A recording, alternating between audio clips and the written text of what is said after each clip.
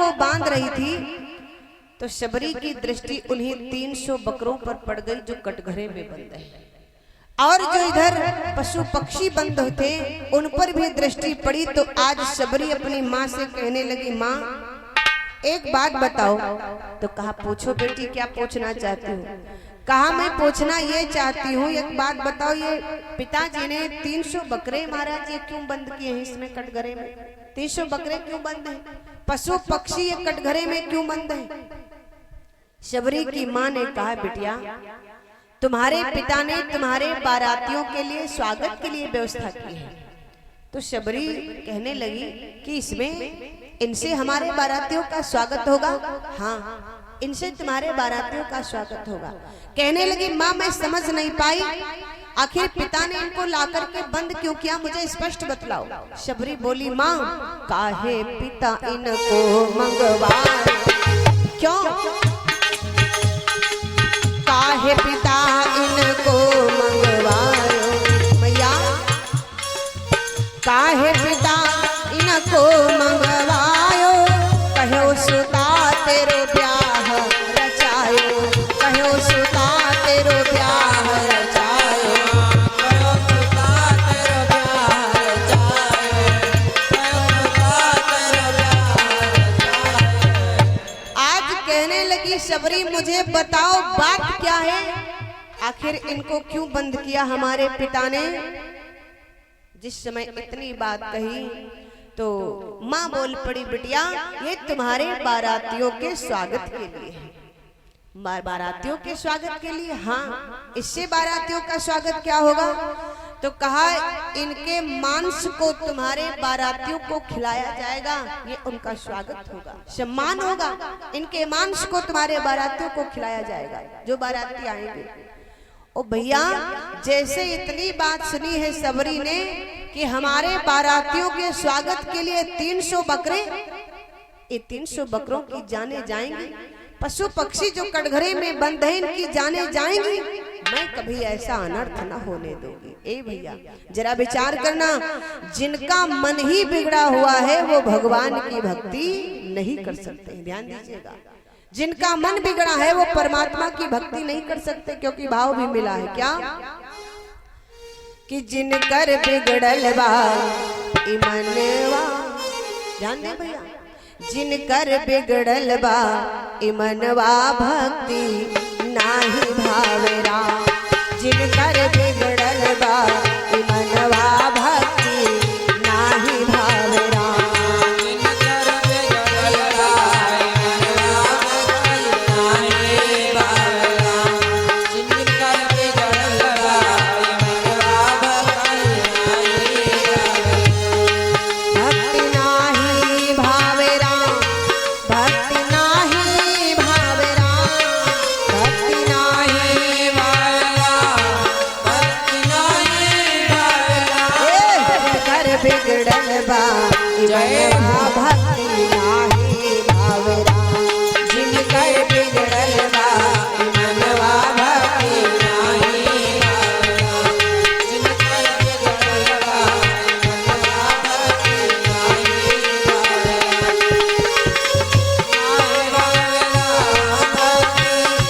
भावेरा, भक्ति नाही भावेरा, नाही भावेरा, भक्ति नाही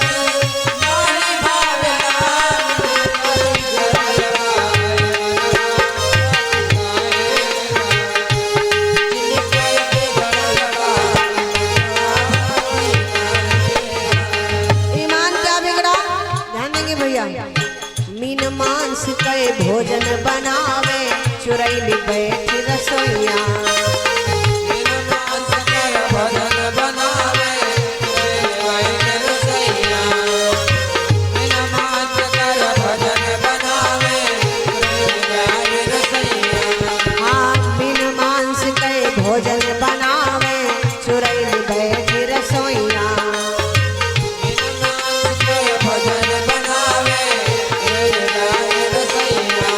अरे भूत प्रेत सब जेवन लागे, भूत प्रेत सब जेवन लागे, दान करई बखनवा, चनिया बनले भले भजनवा भक्ति नाही भावरा जनिया बनले भले भजनवा भक्ति नाही भावरा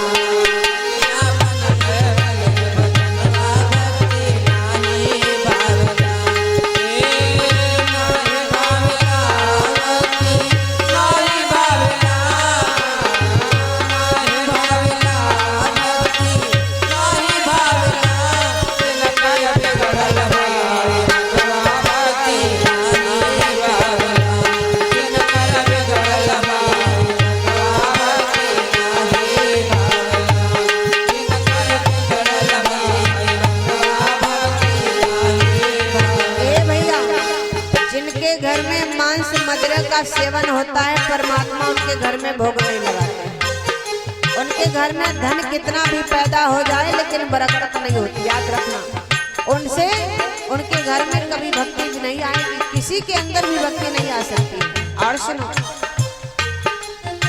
पराया पुत्र मार के लावे दया नहीं बेईमानवा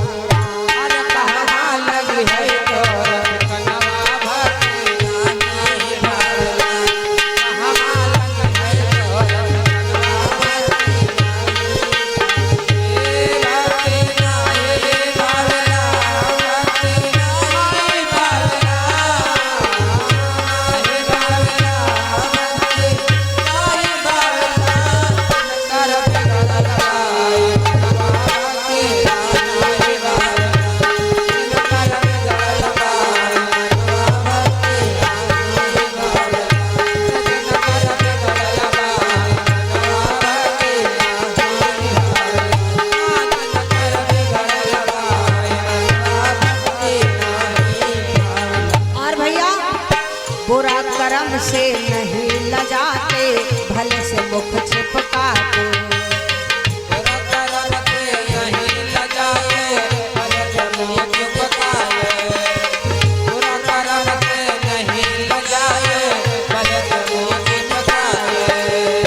बुरा कर्म से नहीं लजाते, भले से मुख छिपकाते। बुरा कर्म से नहीं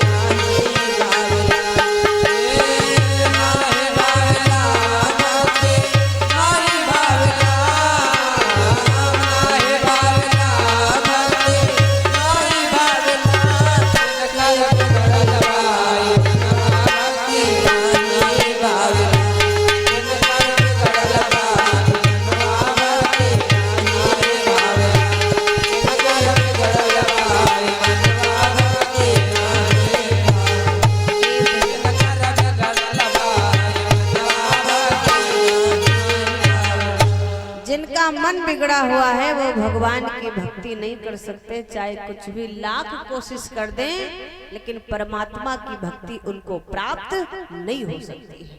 तो सबसे पहले तो हमें अपना मन सुधारना है। ये मन ही बड़ा चंचल, अगर ये सुधर जाए तो जीवन सुधर जाएगा। ए भैया, शबरी की माँ ने जैसे शबरी से इतनी बात कही, इनका मांस तेरे बारातियों को खिलाया जाएगा। शबरी ने कहा मेरी एक जान के पीछे इतनी सारी जाने जाएंगी, मैं कभी ऐसा अनर्थ न होने दूंगी। मैं विवाह ही नहीं करूंगी, और जब विवाह ही नहीं करूंगी तो इनकी जाने नहीं जाएंगी। भला बताओ, इतना बड़ा त्याग कौन कर सकता है? लेकिन शबरी ने किया। फिर शबरी विचार करने लगी कि अगर विवाह से इनकार कर दूंगी तो मेरे पिताजी पूछेंगे क्यों नहीं विवाह करना चाहती है, और विवाह करेंगे, जबरदस्ती करेंगे। इसलिए क्या करें कि इस घर को ही छोड़ दें। अगर घर को मैं छोड़ के चली जाऊंगी तो हमारे माता पिता भी इस पाप से बच जाएंगे और मैं भी इस पाप से बच जाऊंगी। इसलिए शबरी आज क्या करती है, विचार किया कि अब तो यहाँ से जाना चाहिए। एकदम अपनी माँ के हाथों से बालों को छुड़ा लिया और दौड़ करके गई। जिस कटघरे में 300 बकरे बंद थे उस कटघरे को खोल दिया, और जिस समय कटघरे को खोला तो 300 जो बकरे बंद थे वो सब भागने लगे। जिसमें पशु पक्षी बंद थे जाकर के उन कटघरों को खोल दिया, पक्षी उड़ने लगे, पशु भागने लगे। और जिस समय पक्षी उड़े हैं तो क्या बोले, जब पशु भागे तो क्या बोले, ए शबरी जा, आज तूने मुझे मुक्त किया है, एक दिन परमात्मा तुझे मुक्त करेगा। और इतना कहकर के सारे पक्षी उड़ गए। 300 बकरे वो भी भाग गए, जो पशु ला करके बंद किए वो भी भाग गए। अब शबरी ने सोचा पिताजी आएंगे तो हमें डांटेंगे, इसलिए शबरी तुरंत अपने घर को छोड़ दिया और वहां से चल पड़ी। ध्यान दे भैया, शबरी ने अपने घर को छोड़ दिया, वहां से भागी कि सुन के शादी की खबरिया घर से भागी शबरी।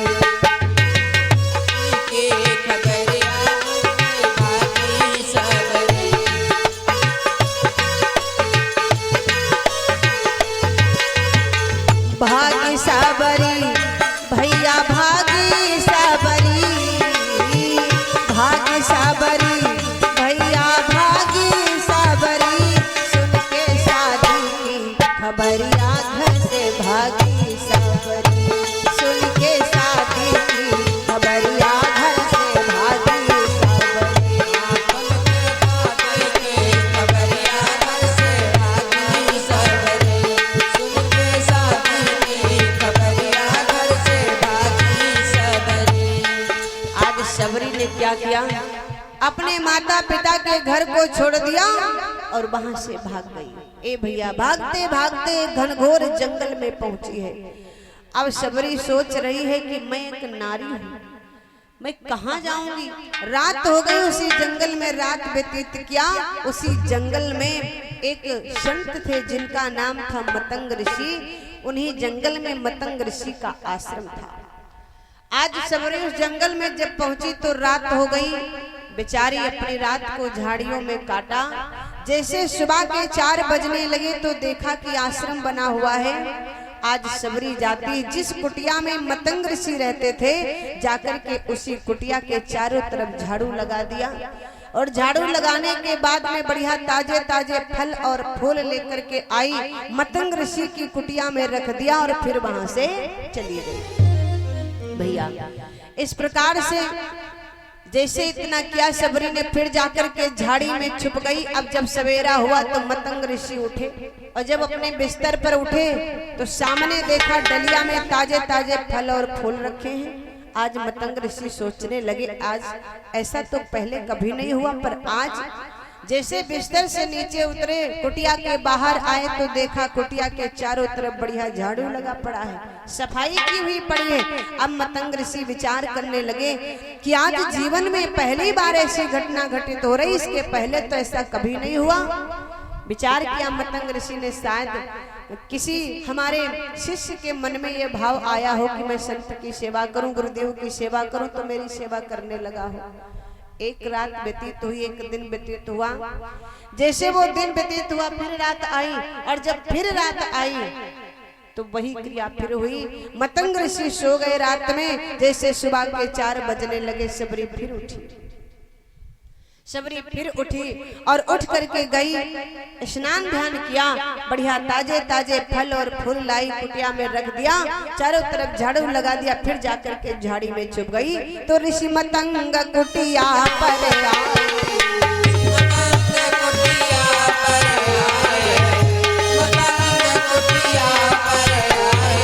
ऋषि मतंग कुटिया पर आई, सेवा की न ताहि फल पाई।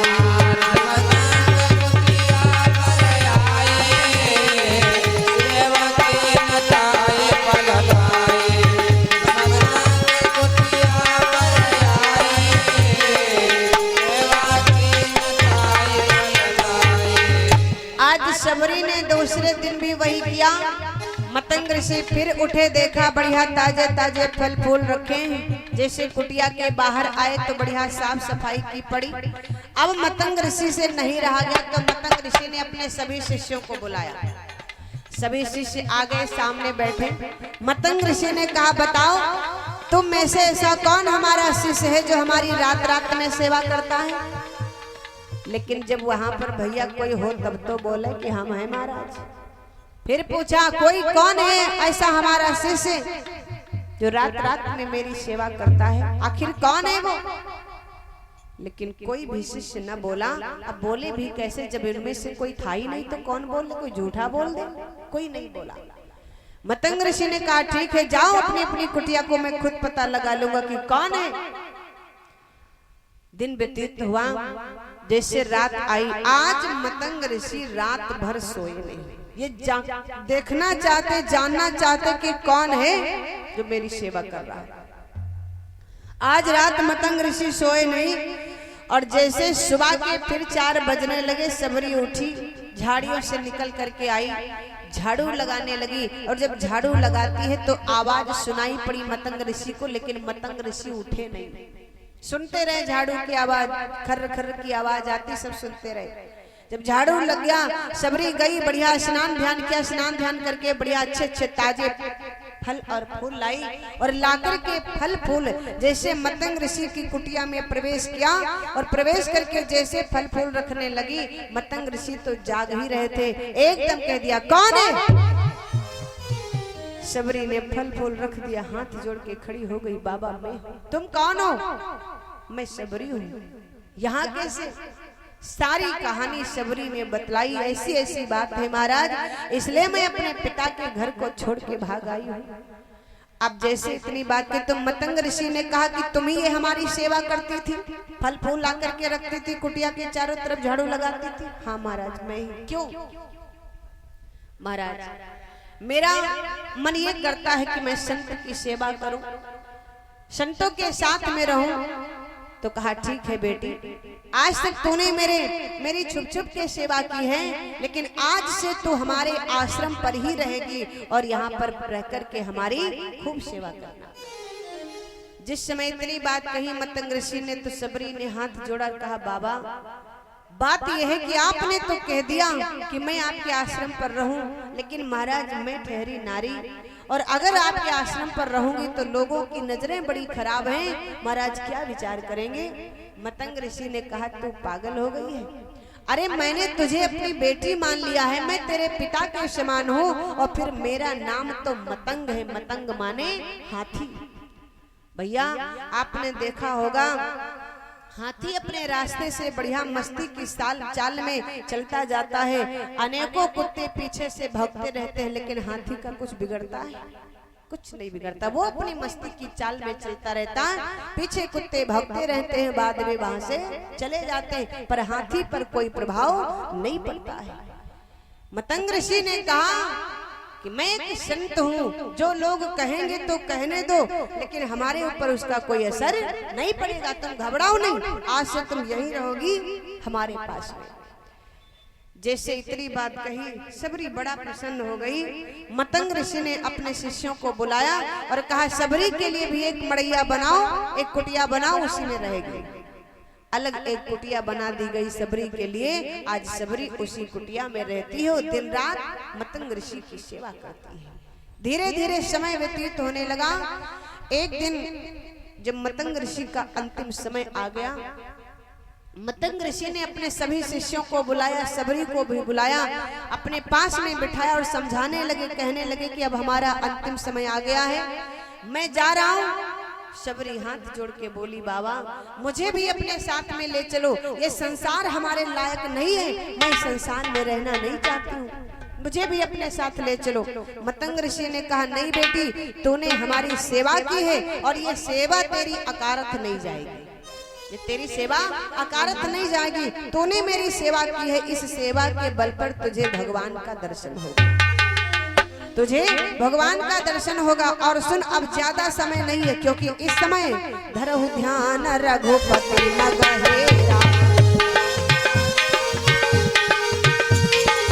धरहु ध्यान रघुपति मगहेरा, धरहु ध्यान रघुपति मगहेरा, चित्रकूट डारे अब डेरा, चित्रकूट डारे अब डेरा,